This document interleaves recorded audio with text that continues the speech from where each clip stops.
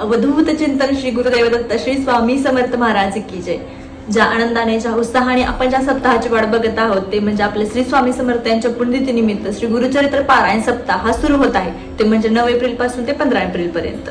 प्रत्येकाला असं वाटत असतं आपल्या आयुष्यात आपण एकदा तरी गुरुचरित्र पारायण केलंच पाहिजे किंवा हा ग्रंथ वाचलाच पाहिजे, पण प्रत्येकाच्या डोक्यात वेगवेगळे विचार असतात की ह्याचे नियम खूप कडक आहेत, आपल्याच्याने होईल का नाही, ह्याचं पारायण पूर्ण होईल का नाही, असं डोक्यात काय काय विचारत असतात। पण खरं सांगते, जर अगदीच मनापासून किंवा प्रामाणिकपणे प्रयत्न केला तर दत्त महाराज हे पारायण आपल्याकडून पूर्ण करून घेत असतात। याचे काही जास्त तरी नियम कडक नाहीत असं तरी मला तरी वाटतं। असं साधे सिंपल काही नियम आहेत म्हणजे काय, आपण रोजच्या जीवनामध्ये जे काही गोष्टींच्या चैनीच्या किंवा आरामदायी गोष्टींचा उपभोग घेत असतो त्या गोष्टी फक्त आपल्याला वर्ज्य करायच्या आहेत। तर काय आहे पारायणचे नियम हे मी तुम्हाला सांगणार आहे। तर जास्त काही नियम नाहीयेत असं वाटतं मला तरी।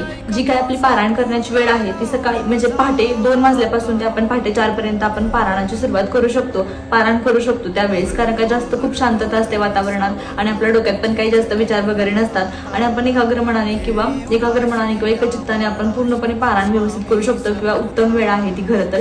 आणि तसेच ज्या दिवशी आपण पारायणाला सुरुवात करणार आहे, आपले काही संकल्प आहे, आपली काही इच्छा आहे दत्त महाराजांना सांगून त्या दिवशी आपण पारायणाला सुरुवात करायची।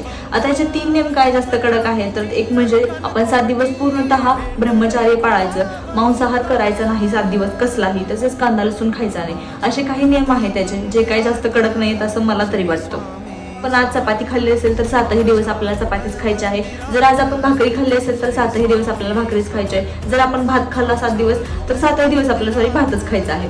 असं कुठं जर एकच धान्य आपल्याला ठरवायचं आहे। तर आपण भाज्यांमध्ये कोणकोणते पदार्थ खाऊ शकतो किंवा काय काय खाऊ शकतो तर पालेभाज्यांमध्ये आपण काय खाऊ शकतो तर आपण पालक खाऊ शकतो, राजगिरा खाऊ शकतो, लाल माठ खाऊ शकतो, हिरवा माठ खाऊ शकतो, अशा प्रकारच्या भाज्या आपण खाऊ शकतो। तसेच फळभाज्यांमध्ये आपण काय खाऊ शकतो तर बटाटा खाऊ शकतो, टोमॅटो खाऊ शकतो, फ्लावर खाऊ शकतो, गिलके खाऊ शकतात, असे काही भाज्या आहेत ते खाऊ शकतो। आणि फळांमध्ये तर सगळं काही फळं चालतील, फक्त कडू कुठले पदार्थ आहेत ते फक्त वर्ज्य आहेत। तसेच आपण शेंगदाणा खाऊ शकत नाही, परत डाळी कडधान्य हे अशा प्रकारचे आपण खाऊ शकत नाही, हे पूर्णपणे वर्ज्य आहे। तसेच जे काही आपल्या घरात जे असेल म्हणजे आपण बनवलेलं परान्न कोणाचं खायचं नाही, जे काही आपल्या घरात जे काही बनेल पौष्टिक असेल जे काही तेच आपण ग्रहण करायचं आहे। तसंच आपण जे काही खाणार आहोत सकाळ संध्याकाळ तो दत्त महाराजांना आपल्या स्वामी महाराजांना नैवेद्य दाखवायचा आहे सकाळ संध्याकाळ। तसंच आपण ज्या काही गोष्टी आहेत आपण चटईवरती गादीवरती किंवा बेडवरती आपण झोपतो तर तशा गोष्टींचा पण त्याग करायचा आहे। जे काय आपल्याला 7 दिवस आहे ते आपल्याला चटईवरती किंवा सतरंजीवरती झोपायचं आहे। असंच फक्त काही कोणाची मौत वगैरे झाली असेल तर तिथे देखील जायचं नाहीये। मला तरी असं वाटतं की प्रत्येकाने आपल्या आयुष्यामध्ये एकदा तरी गुरुचरित्र पारायण हे केलंच पाहिजे किंवा हा ग्रंथ वाचला पाहिजे। त्याच्यामुळे एकदा तरी आपल्याला असं कळतं की त्या ग्रंथ वाचल्यानंतर आपल्याला हे समजतं की काय आहेत आपले दत्त महाराज, काय आहेत आपले स्वामी महाराज, याचे आपल्याला हे कळतं आणि आपल्याला प्रचिती सुद्धा येते। मला तर वाटतं हे 7 दिवस आपण